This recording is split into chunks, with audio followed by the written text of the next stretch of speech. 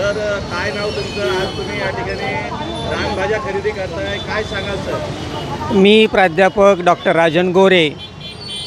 मी कोकणामध्ये आज पेनच्या बाजारात माठ आणि कोकणातल्या ज्या भाज्या आहेत त्या खरेदी करण्यास आलेलो आहे.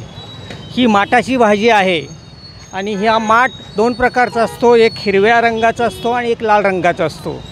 दोन्ही रंगाचे माठ हे आपल्या आरोग्यास खूप हितकारक असतात. याच्या देठाची भाजी केली जाते, तसेच याच्या पालाची पण भाजी केली जाते. तसेच कोकणात पावसाळ्यात येणाऱ्या ज्या भाज्या आहेत त्याच्यामध्ये ही अगदी जी भाजी आहे ह्या भाजीचंही महत्त्व आपल्याला खरं बघितलं तर रस्त्याच्या कडेकडेला ही भाजी आपल्याला मिळेल, परंतु आरोग्यास अत्यंत हितकारक अशी हे भाजी आहेत. त्याचबरोबर कारटुले नावाची भाजी आहे, शेवाळं नावाची भाजी आहे. शेवाळ्याची भाजी तर विशेष करून आपल्या आरोग्यास इतकी महत्त्वाची आहे आणि पावसाळ्यात जे आपल्याला छोटे मोठे साथीचे रोग होतात त्यांच्यापासून बचाव करण्यासाठी खास कोकणामध्येच या अशा भाज्या मिळतात की जेणेकरून शेवाळ्याची भाजी तर अशी आहे की जी तुम्हाला कुठल्या मटण किंवा अगदी चिकनपेक्षाही अगदी ती करणारी चांगली गृहिणी असेल तर ती शेवाळ्याची भाजी उत्कृष्टपणे करू शकते.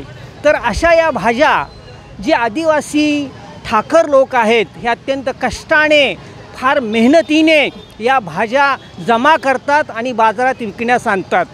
मी स्वतः प्राध्यापक असल्यामुळे मी सांगेल की ज्यावेळेस मी आदिवासीकडून अशी भाजी घेतो त्यावेळेस कुठलाही मोलभाव खरेदी करत नाही.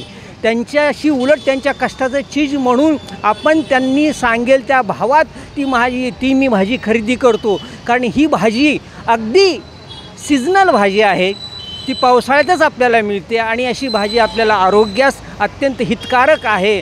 त्यामुळे मी सर्व नागरिकांना अशी विनंती करेल की या पावसाळी ज्या भाज्या आपल्याला कोकणात मिळतात, विशेषतः कोकणातच मिळतात, या भाज्या खाऊन आपण पावसाळ्यात होणारे जे छोटे मोठे साथीचे आजार आहे यापासून आपला बचाव करू शकतो. तर सर्व ग्राहकांनी अशा भाज्या खरेदी करून आपले जे आदिवासी बांधव आहेत त्यांच्या मेहनतीला कष्टाला आपण दाद द्यावी अशी मी तुम्हास विनंती करेन. धन्यवाद.